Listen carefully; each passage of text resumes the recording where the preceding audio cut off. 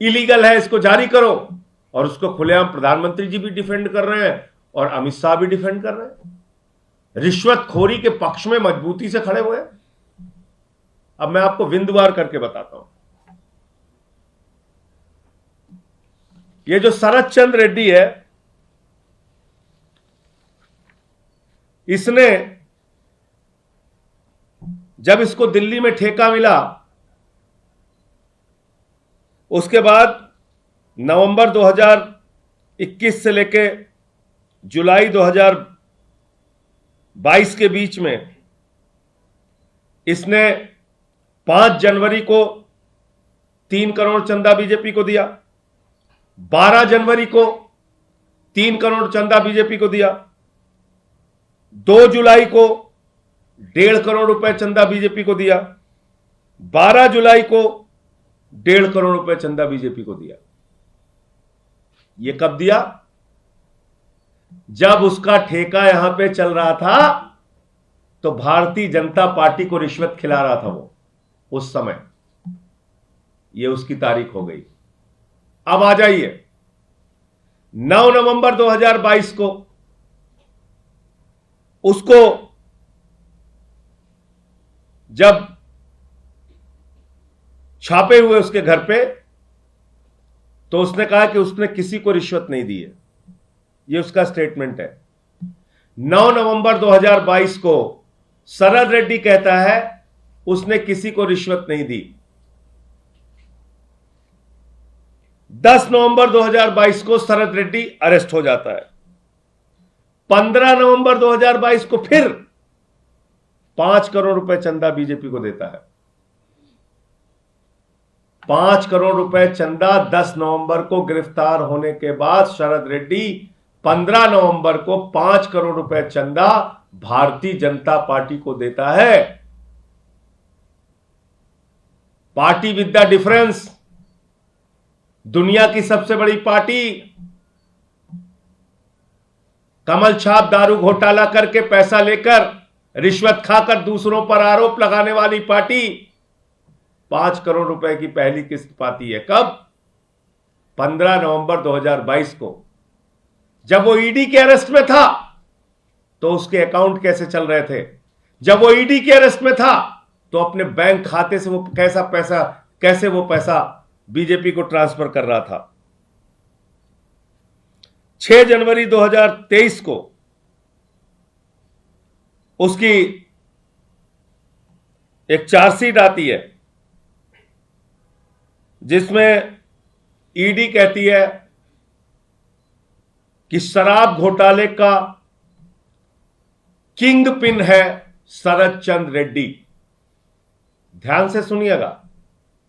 6 जनवरी 2023 को 6 जनवरी 2023 को यानी कि उसकी गिरफ्तारी के बाद 10 नवंबर 2022 को गिरफ्तारी होती है। 6 नवंबर 2023 को उसकी चार्जशीट आती है जिसमें ईडी कहती है ये शराब घोटाले का किंग पिन है, मुख्य घोटालेबाज है और सबसे बड़ा लाभ उठाने वाला व्यक्ति है।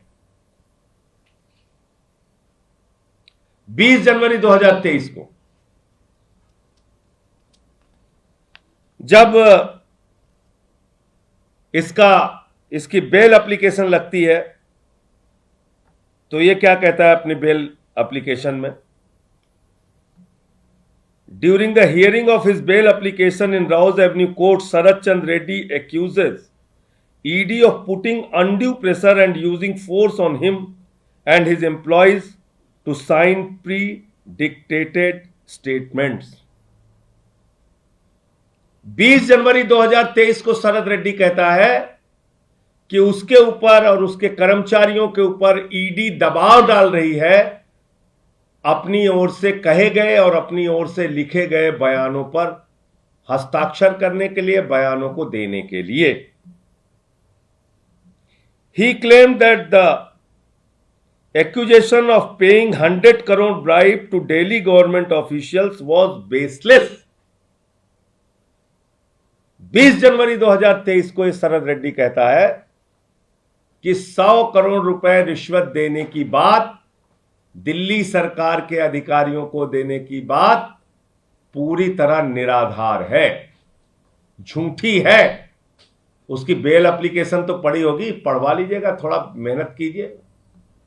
मीडिया के लोग जैसे आम पूड़ी मिठाई पे इतनी मेहनत कर रहे हैं, थोड़ी मेहनत इस पे भी कर लीजिए। आम पूड़ी मिठाई आलू पे तो दिन रात मेहनत हो रही है, इस केस की पड़ताल तो कीजिए, सच तो लाइए देश के सामने। क्या हुआ है अरविंद केजरीवाल के साथ, और क्यों मैं बार बार कह रहा हूं कि यह गहरी साजिश है।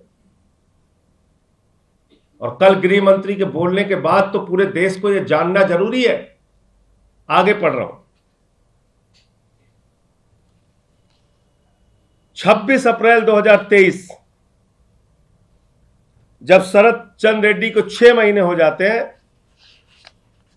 तब वो अचानक पलटी मारता है और 26 अप्रैल 2023 को वो बयान देता है कि 100 करोड़ रुपए की रिश्वत का कुछ हिस्सा, जिस बात को 20 जनवरी 2023 को इनकार कर रहा है, 26 अप्रैल 2023 को कह रहा है 100 करोड़ रुपए का रिश्वत का कुछ हिस्सा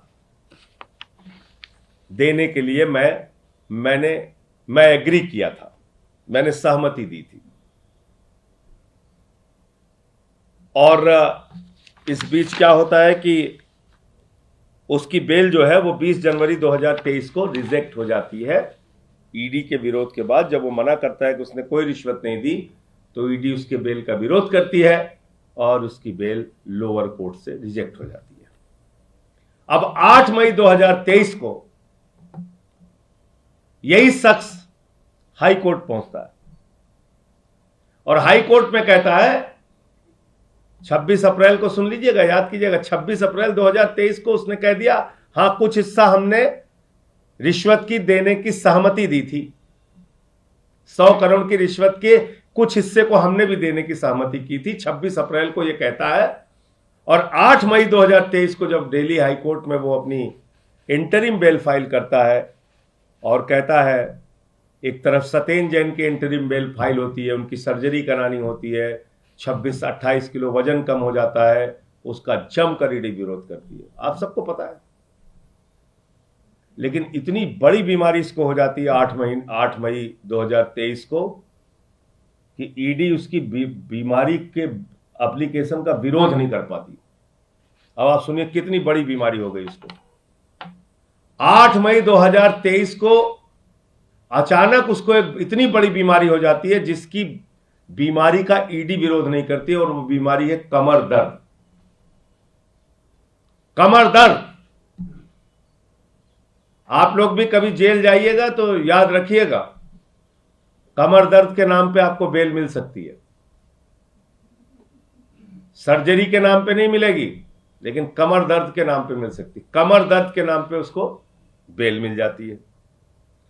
8 मई को उसको बेल मिलती है 2023 में, और 2 जून 2023 को वो सरकारी गवाह बन जाता है। 2 जून 2023 को वो सरकारी गवाह बन जाता है और उसके बाद वो 50 करोड़ रुपए भारतीय जनता पार्टी को चंदा देता है। 50 करोड़ रुपए भारतीय जनता पार्टी को चंदा देता है। और कल गृह मंत्री जी पूरे देश के सामने झूठ बोल रहे हैं, एक राष्ट्रीय टीवी चैनल पे बैठकर कह रहे हैं, अरे भाई, अगर उसने हमारी मध्य प्रदेश यूनिट को चंदा दिया है, अगर वो आरोपी था तो उसको चंदा नहीं देना चाहिए था। इस तरह की बातें। आप देश के गृह मंत्री हो, ईडी जांच करके चार्जशीट लगा रही है कि वो किंग पिन है, शराब का मुख्य घोटालेबाज है। उससे तो आपने रिश्वत ली, उसकी गिरफ्तारी के बाद आपकी पार्टी ने रिश्वत ली 55 करोड़ रुपए की। कितने लोगों की गिरफ्तारी हुई अब तक? कितने लोगों से पूछताछ हुई अब तक? हमारे नेताओं के घर से तो 1 रुपए बरामद नहीं हुआ, उनको तो पकड़ के जेल में डाल दिया आपने। जिस व्यक्ति ने खुलेआम आपको 55 करोड़ रुपए गिरफ्तारी के बाद और 5 करोड़ रुपए गिरफ्तारी से पहले 60 करोड़ रुपए की रिश्वत दी है, उस पर कार्रवाई अब तक क्यों नहीं हुई? तो आपने तो स्वीकार कर लिया कि आपने पैसा लिया है। मध्य प्रदेश यूनिट या बंगाल यूनिट या तमिलनाडु यूनिट, किस यूनिट को पैसा मिला, ये तो जांच शुरू करोगे तब पता चलेगा ना, कैसे कैसे पैसा लिया, कहां से रूट होके आया। और आपको यह पता है कि मध्य प्रदेश यूनिट को मिला, इसका मतलब आपको पता था 55 करोड़ रुपए की रिश्वत आ रही है। एक पार्टी को 55 करोड़ रुपए मिल गए, उसको पता ही नहीं चला। ऐसा रुपया बह रहा है पानी की तरह, और उसके खाते नहीं सीज हुए, उसकी प्रॉपर्टी अटैच नहीं हुई, उसको पार्डन मिल जाता है, कोर्ट से माफी मिल जाती है। तो ये तथाकथित शराब घोटाला पूरी तरीके से खुली किताब की तरह अब देश के सामने आ गया है। शराब घोटाला जो हुआ है वो कमल छाप दारू घोटाला है, और ये कमल छाप दारू घोटाला देश और दुनिया की सबसे बड़ी पार्टी, सर से लेकर पांव तक भारतीय जनता पार्टी शराब घोटाले में डूबी हुई है। और उसके सारे प्रमाण और तथ्य मैंने तारीख वार एक एक डेट करके आपको बता दी। और मैं उम्मीद करता हूं कि आम, आलू, पूड़ी, केला इससे बाहर निकलकर अब कम से कम ये सत्य भी देश के चौथे स्तंभ को दुनिया के सामने, देश के सामने रखना चाहिए।